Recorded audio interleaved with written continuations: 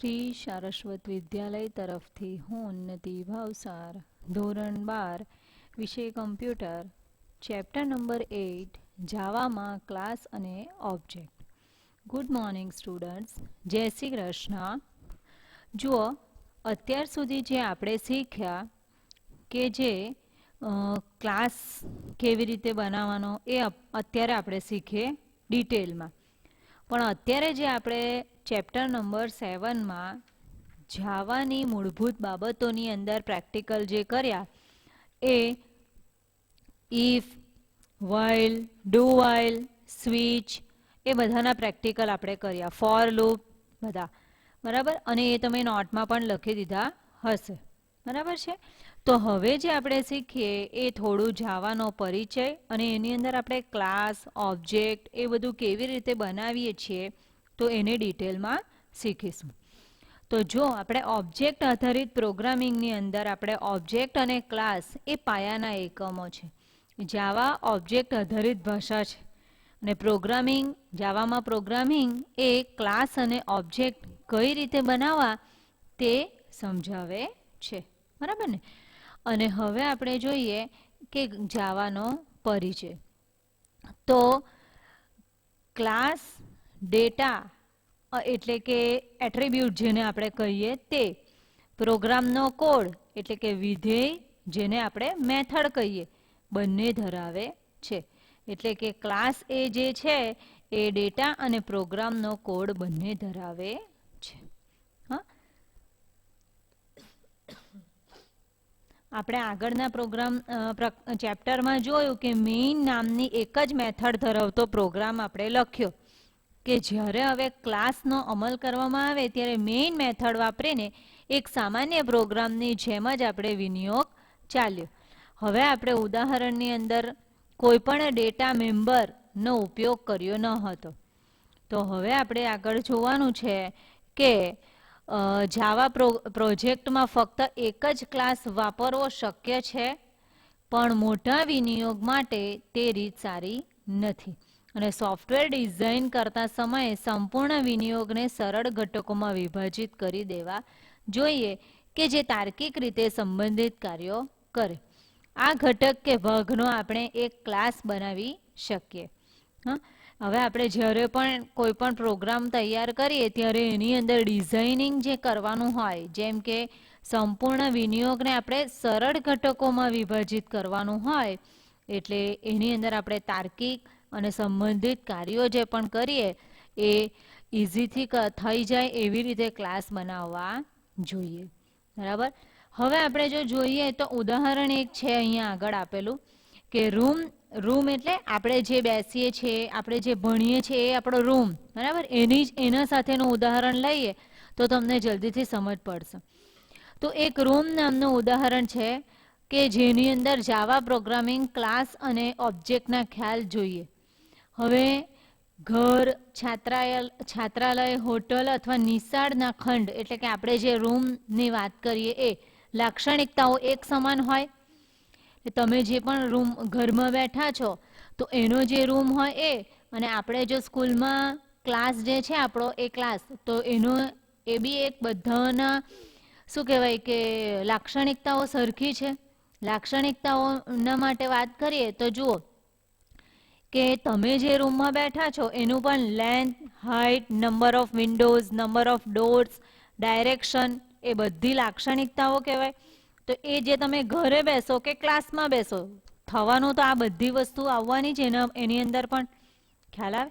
એટલે એ બધું છે જેમ કે લેન્થ, હાઇટ, એન્ડ વિન્ડોઝ એટલે number of windows, and doors, directions એ બધા શું થઈ જશે, પ્રોપર્ટી થઈ જશે, બરાબર છે. હવે આપણે એક ક્લાસ અહીંયા લીધો છે કે લેન્થ, વિથ, હાઇટ અને એન્ડ વિન્ડોઝ એટ્રીબ્યુટ સાથેનો રૂમ નામનો ક્લાસ ત્રણ મેથડ બનાવશે.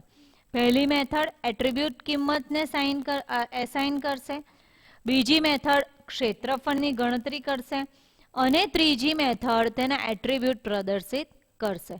તો જુઓ, ક્લાસ નામનો એક કયો ક્લાસ લીધો છે, તો રૂમ નામનો ક્લાસ લીધો છે. તો પહેલા આપણે શું ડિફાઇન કર્યું કે લેન્થ, વિથ અને હાઇટ, અને બાઇટ એટલે કે નંબર ઓફ વિન્ડોઝમાં કેટલી વિન્ડોઝ છે તો એ બાઇટમાં રજૂ કરશે. ત્યાર પછી લેન્થ એની નક્કી કરી દીધી કે ભાઈ કઈ છે, તો એનો ટૂંકમાં લઈ લીધું કે એલ, ડબલ્યુ અને એચ. હા, અને એન વિન્ડોઝ માટે એન. વોઇડ સેટ એટર, હા એના વિશે સમજાવું આગળ. અને લાસ્ટમાં ડબલ ઇઝ ઇક્વલ ટુ અરે double area is equal two length into with. ખ્યાલ આવે? એટલે આ રીતનો પ્રોગ્રામ જે હોય તો એ પહેલાં ડિફાઇન કર્યું કે એલ, ડબલ્યુ અને એચ છે. ત્યાર પછી એલ અને ડબલ્યુને ગુણાકાર કર્યા, અને લાસ્ટમાં એ ત્રણને તમે એલ, ડબલ્યુ, એચ અને એન વિન્ડોઝને ડિસ્પ્લે કર્યા. ખ્યાલ આવે? અને આ રીતના રૂમ ડિફાઇન કરેલો છે. અને તમે લાસ્ટમાં જો તો જે પણ assign value of attribute of object, તો R1 ડોટ સેટ એટર. અહીંયા આગળ R1 શું છે, તો રૂમ R1 એટલે કે reference variable with null value by default. R1 એ જે છે એ ન્યૂ રૂમ, R2 છે એ રૂમ R2 ની અંદર ન્યૂ રૂમ. R1 ડિસ્પ્લે કર્યો, R2 ડિસ્પ્લે કર્યો. આ રીતે assign value of attribute of objects, એટલે જે વેલ્યુ તમારી પહેલાં આવી છે તો એ તમને R1 અને R2 ની અંદર નાખી દીધી, અને ત્યાર પછી તેને ડિસ્પ્લે કરી. ખ્યાલ આવે? આ રીતે થયું ક્લાસ અને ઓબ્જેક્ટ બનાવવા અને તેનો ઉપયોગ કરવો. જો અહીંયા આગળ એની ડિટેલ્સ પણ આપી છે આ રીતે કે area of room with length 18 with 12.5 is equal two 225. આ રીતના જો ક્લાસનો રૂમ નામનો પ્રોગ્રામ જો લખો તો આ રીતના તમને બતાવશે. અહીંયા જો રૂમ નામનો જે ક્લાસ છે તેની અંદર શું કર્યું, એલ, ડબલ્યુ, એચ ડિફાઇન કર્યું. એની એલ અને ડબલ્યુને ઇન્ટુ કરીને ડિસ્પ્લે કર્યું, અને અહીંયા આગળ પ્રોગ્રામ પતી જાય છે. પણ કયો પ્રોગ્રામ પતે છે? રૂમ નામનો પ્રોગ્રામ. એ કયા ક્લાસમાં? રૂમ ક્લાસની અંદર આટલો પ્રોગ્રામ, જેમાં ખાલી ફક્ત ડિસ્પ્લે જ કરાય.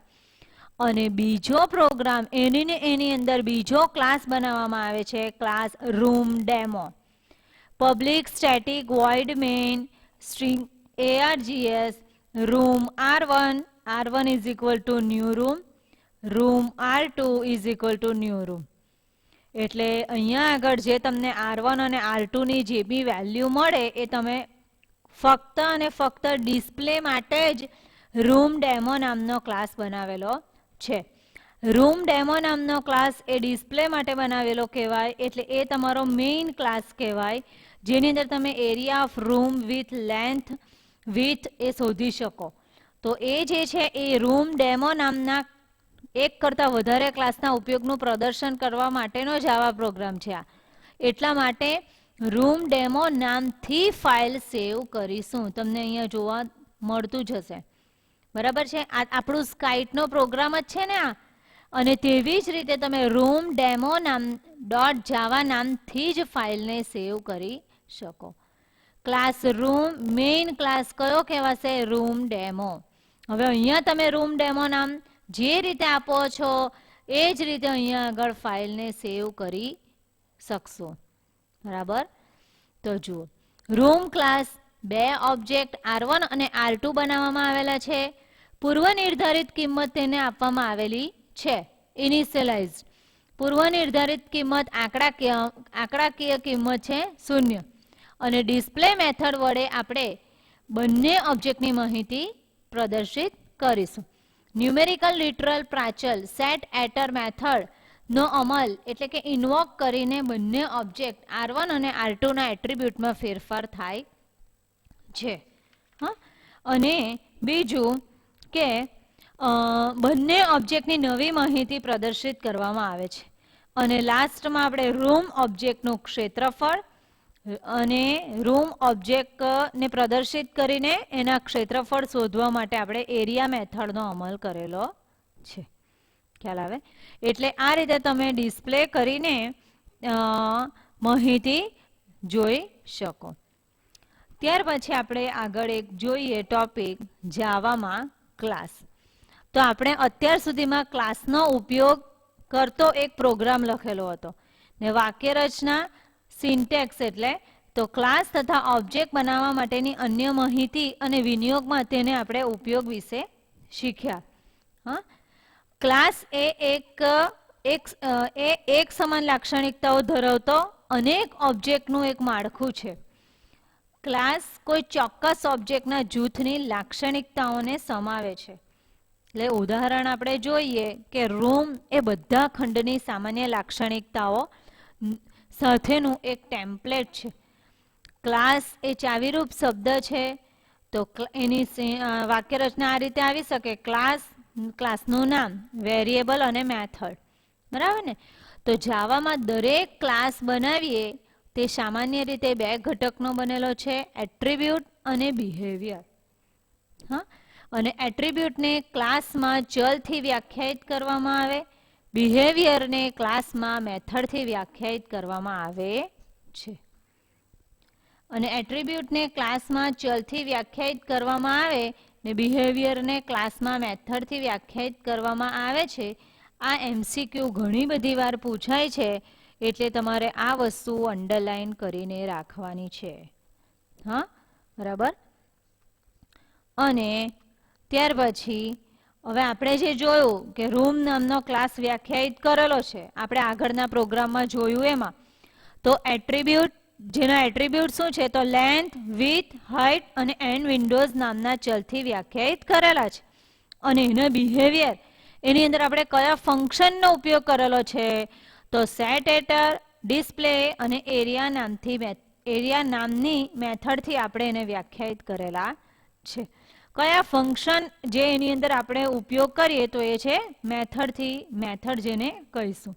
અને રૂમ નામનો ક્લાસ ઉપયોગ કરીને વિનિયોગ બનાવવા માટે એક અન્ય ક્લાસ બનાવેલો છે. તો ઓબ્જેક્ટ બનાવવા, હવે આપણે જોઈએ કે ઓબ્જેક્ટ કેવી રીતે બનાવીએ. તો ડિક્લેરેશન, તો ક્લાસનું નામ, વેરિયેબલનું નામ એ એની વાક્ય રચના છે.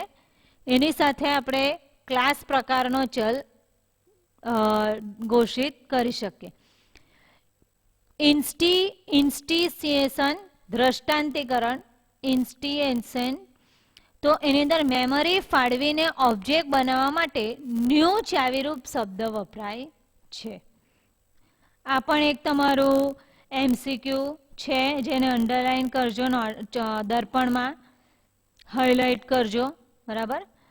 ત્યાર પછી છે ઇનિશિયલાઇઝેશન, નવા બનાવેલા ઓબ્જેક્ટને કિંમત આપવા માટે. ઇનિશિયલાઇઝેશન એટલે કે કન્સ્ટ્રક્ટર એક વિશિષ્ટ પ્રકારની મેથડ કોલ કરાવવામાં આવે છે. એટલે કે આપણે જ્યારે બે ક્લાસનો ઉપયોગ ધરાવતો એક પ્રોગ્રામ હું બતાવીશ તમને, કે જેની અંદર પહેલાં હમણાં કેવું તમને આગળ 8.1માં બતાવ્યું એ રીતે એક પ્રોગ્રામ બતાવીશ કે પ્રાઇમ નામનો છે, કે જેની અંદર આપણે બધી ડિસ્પ્લે કરવાની છે, બધી વસ્તુ પ્રાઇમમાં બતાવવાની છે, પ્રાઇમ નામના ક્લાસમાં. અને ત્યાર પછી ન્યૂ પ્રાઇમ,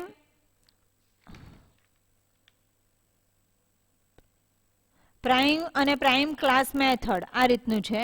તો પ્રાઇમ ક્લાસ મેથડની અંદર ખાલી આઉટપુટ એટલે કે તમારે ડિસ્પ્લે જ કરાવવાનું ફક્ત, એ રીતનું પણ તમે કરી શકો. તો એને આપણે કહીશું ક્લાસના એકમાં આપણે ડિફાઇન કરવાનું અને બીજા ક્લાસની અંદર ડિસ્પ્લે કરાવવાનું. બરાબર. તો જુઓ, જાવામાં ક્લાસ એ ઇન્ટીજર અને બુલિયન જેવા સમાવિષ્ટ પ્રકારના જેવો જ એક પ્રકાર છે ને આથી ક્લાસના નામનો ઉપયોગ ઘોષિત વિધાનમાં ચલના પ્રકારનો ઉલ્લેખ કરવા, ઔપચારિક પ્રાચલનો પ્રકાર જણાવવા અને વિધેયની પરત કિંમતનો પ્રકાર જણાવવા થાય છે. રૂમ નામના ક્લાસનો ઓબ્જેક્ટ ઘોષિત કરવા માટે રૂમ R1 આ રીતે આપણે એ વિધાન લખી શકીએ. અને ચલને ઘોષિત કરવાથી ઓબ્જેક્ટ બનતો નથી. આ એક મહત્વનો મુદ્દો યાદ રાખવાનો છે આપણે, કે આપણે જ્યારે ચલને ઘોષિત કરીએ ત્યારે ઓબ્જેક્ટ બનતો નથી, બરાબર છે. અને જાવામાં કોઈ પણ ચલ ક્યારેય ઓબ્જેક્ટનો સંગ્રહ કરી શકતો નથી. ક્લાસ પ્રકારના ઉપયોગ વડે ઘોષિત કરેલો ચલ ફક્ત ઓબ્જેક્ટના નિર્દેશનો સંગ્રહ કરે છે. આથી ક્લાસ પ્રકારના ચલને નિર્દેશિત ચલ પણ કહી શકાય. આને પણ અંડરલાઈન કરજો કે જ્યારે પણ આપણે ક્લાસ બનાવીએ તે પ્રકારના ચલને નિર્દેશિત ચલ રેફરન્સ વેરિયેબલ પણ કહી શકાય. એટલે કે R1 એ નિર્દેશિત ચલ છે. ખ્યાલ આવ્યો? ત્યાર પછી છે કે ઓબ્જેક્ટ, હવે પછીનું પગલું છે ઓબ્જેક્ટ બનાવવાનું. તો ન્યૂ ચાવીરૂપ શબ્દનો ઉપયોગ કરીને આપણે ઓબ્જેક્ટ બનાવીએ. પ્રક્રિયા ન્યૂ ઓબ્જેક્ટ માટેની મેમરી ફાળવશે. હા, અને ભવિષ્યમાં તેનો ઉપયોગ કરી શકાય તે માટે ઓબ્જેક્ટનો સ્થાનાંક એટલે કે એડ્રેસ પરત કરે છે. રેફરન્સ એ મેમરીનો સ્થાનાંક છે જ્યાં ઓબ્જેક્ટનો સંગ્રહ કરેલો છે.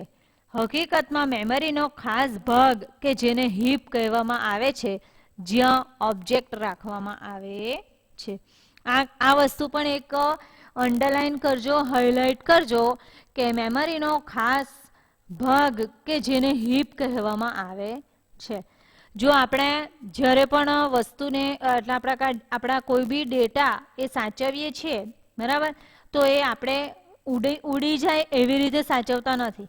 જો આપણે કાયમ માટે એની જરૂરત પડતી હોય તો એ સારી રીતે આપણે હાર્ડ ડિસ્કમાં C ડ્રાઈવ, D ડ્રાઈવની અંદર સાચવતા હોઈએ તો એ સાચવેલી મેમરી એ આપણને કાયમ માટે સાચવાયેલી રહે છે. તો એના માટે આપણે જ્યારે પણ મેમરીનો ઉપયોગ કરીએ તો એ હીપ કહેવાય છે. મેમરીનો ખાસ ભાગ જેને હીપ કહેવાય. તો જ્યાં ઓબ્જેક્ટ રાખવામાં આવે છે, બરાબર.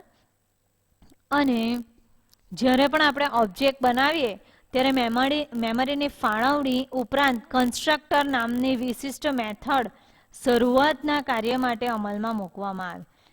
આપણે કન્સ્ટ્રક્ટર વિશે આ પ્રકરણમાં જોવાનું છે. અને રૂમ પ્રકારનો એક ઓબ્જેક્ટ બનાવીએ તેનો સ્થાનાંક ચલ R1 ને સોંપીએ એટલે કે એસાઇન કરીએ. જેમ કે R1 is equal to new room. હા, અને કૌંસ અગત્યના છે, તેને છોડી દેશો નહીં.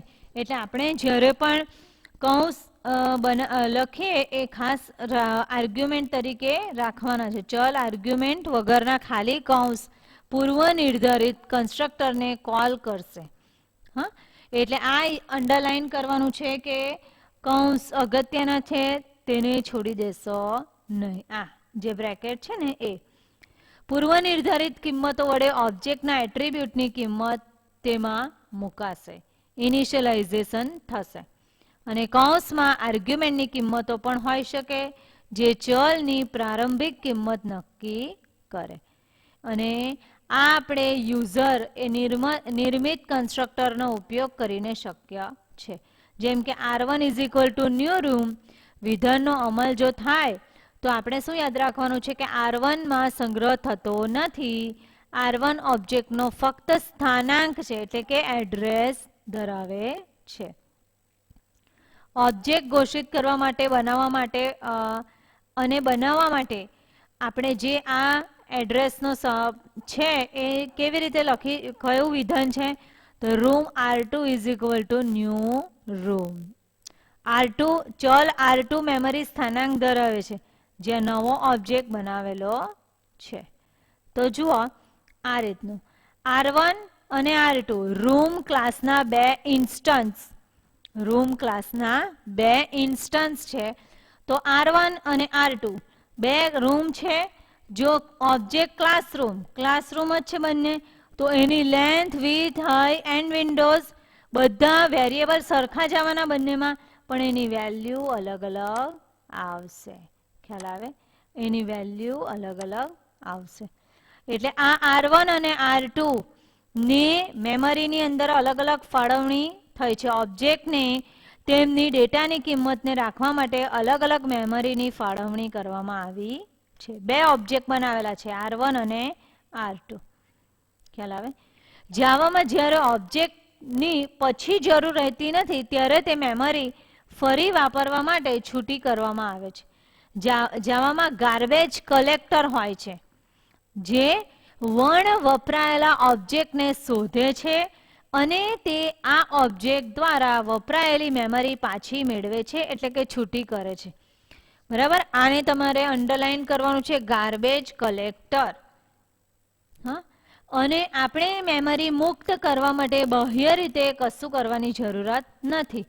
ઓબ્જેક્ટ આધારિત પ્રોગ્રામિંગ ઓઓપી અંડરલાઈન કરજો. ઓબ્જેક્ટ આધારિત પ્રોગ્રામિંગ ઓઓપી ભાષામાં ઓબ્જેક્ટ બનાવવાની ક્રિયાને ઓબ્જેક્ટ ઇન્સ્ટિએશન પણ કહેવાય છે. અને ઓબ્જેક્ટ માટે ડેટાનો સંગ્રહ કરવા માટે મેમરી ફાળવીને ઓબ્જેક્ટનો ઇન્સ્ટન્સ નિર્મિત કરવામાં આવે છે. કોઈ ક્લાસનો જે ઓબ્જેક્ટ ભાગ હોય તેને ક્લાસનો ઇન્સ્ટન્સ કહેવાય છે. આ આખો પેરેગ્રાફ તમારે યાદ રાખવાનો છે. આ તમારી એમસીક્યુમાં પૂછાય છે ઘણી બધી વાર. હા, બરાબર છે. ચલો,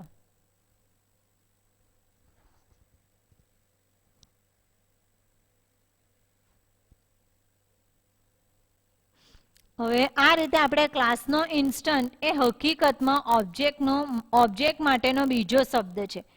ક્લાસ એ ઓબ્જેક્ટનું અમૂર્ત સ્વરૂપ છે, જ્યારે ઇન્સ્ટન્સ એ મૂર્ત કે સાકાર સ્વરૂપ છે. આ યાદ રાખજો, અંડરલાઈન કરજો કે ક્લાસ જે આપણે બનાવીએ છીએ એ ઓબ્જેક્ટનું અમૂર્ત સ્વરૂપ છે, જ્યારે ઇન્સ્ટન્સ, હા, આ ઇન્સ્ટન્સ જે બનાવ્યા તો એ શું છે? ઇન્સ્ટન્સ એ મૂર્ત કે સાકાર સ્વરૂપ છે. ઓઓપી ભાષામાં ઇન્સ્ટન્સ અને ઓબ્જેક્ટ શબ્દો ઘણી વખત એકબીજાની અદલા બદલીમાં વપરાય છે. અને ક્લાસનો દરેક ઇન્સ્ટન્સ ક્લાસમાં ઘોષિત કરેલા ચલના એટ્રીબ્યુટ માટે અલગ અલગ કિંમત ધરાવી શકે છે. આ પ્રકારના ચલનો ઇન્સ્ટન્સ વેરિયેબલ તરીકે ઉલ્લેખ કરી શકાય છે. ને ઓબ્જેક્ટ બનાવતા સમયે ઇન્સ્ટન્સ વેરિયેબલનું નિર્માણ થાય છે અને સંપૂર્ણ અસ્તિત્વ ધરાવે છે. ઓબ્જેક્ટ એ સંપૂર્ણ અસ્તિત્વ ધરાવે. ઇન્સ્ટન્સ વેરિયેબલ ઓબ્જેક્ટના એટ્રીબ્યુટ વ્યાખ્યાયિત કરે છે. ક્લાસ એટ્રીબ્યુટનો પ્રકાર વ્યાખ્યાયિત કરે છે. દરેક ઇન્સ્ટન્સ તે એટ્રીબ્યુટની પોતાની કિંમતનો સંગ્રહ કરે છે. હવે જ્યારે આપણે ઓબ્જેક્ટ બિહેવિયરને વ્યાખ્યાયિત કરીએ ત્યારે મેથડ બનાવીએ છીએ, બરાબર ને? તો જ્યારે જાવામાં મેથડ ફક્ત ક્લાસની અંદર જ વ્યાખ્યાયિત કરી શકાય અને મેથડ ઇન્સ્ટન્સ વેરિયેબલની કિંમત મેળવવા અથવા બદલવા માટે ઓબ્જેક્ટનો ઉપયોગ કરીને ઇન્વોક એટલે કે બોલાવી શકાય છે. ઇન્સ્ટન્સ મેથડ તરીકે ઓળખાય છે. આ મેથડ જેને આપણે પાછી બોલાવી શકીએ, ઇન્વોક એટલે કે બોલાવી શકાય, તેને ઇન્સ્ટન્સ મેથડ તરીકે ઓળખી શકાય. અને ઇન્સ્ટન્સ મેથડ ઓબ્જેક્ટનું બિહેવિયર વ્યાખ્યાયિત કરવા માટે વપરાય છે. મેથડ ઇન્વોક એ ઓબ્જેક્ટને કોઈ કાર્ય કરવા માટેનો હુકમ છે, બરાબર? ન્યૂ કીવર્ડ વર્ડથી ઓબ્જેક્ટ બનાવી શકાય. ન્યૂ કીવર્ડ ક્લાસના ઇન્સ્ટન્સને રજૂ કરતો ઓબ્જેક્ટનો નિર્દેશ પરત કરે છે. ક્લાસના બધા ઇન્સ્ટન્સની હીપ તરીકે ઓળખાતા ડેટા સ્ટ્રક્ચરમાં મેમરીની ફાળવણી થાય ને દરેક ઓબ્જેક્ટ ઇન્સ્ટન્સનો પોતાનો ડેટા સેટ હોય છે, બરાબર? ન્યૂ કીવર્ડ વિશે પણ તમને સમજાવું. ઇન્સ્ટન્ટ મેથડ સાથે વ્યાખ્યાયિત કરેલો છે. શેને? તો સેટ એટર, ડિસ્પ્લે અને એરિયા 8.1 પ્રોગ્રામની અંદર, બરાબર છે? હવે આપણે આગળ ઇન્સ્ટન્સ વેરિયેબલ એક્સેસ કરવા અને ઇન્સ્ટન્સ મેથડ કોલ કરવી તે આના પછીના વિડીયોમાં હું તમને શીખવાડીશ. Okay, thank you students. જય શ્રી કૃષ્ણ. બાય.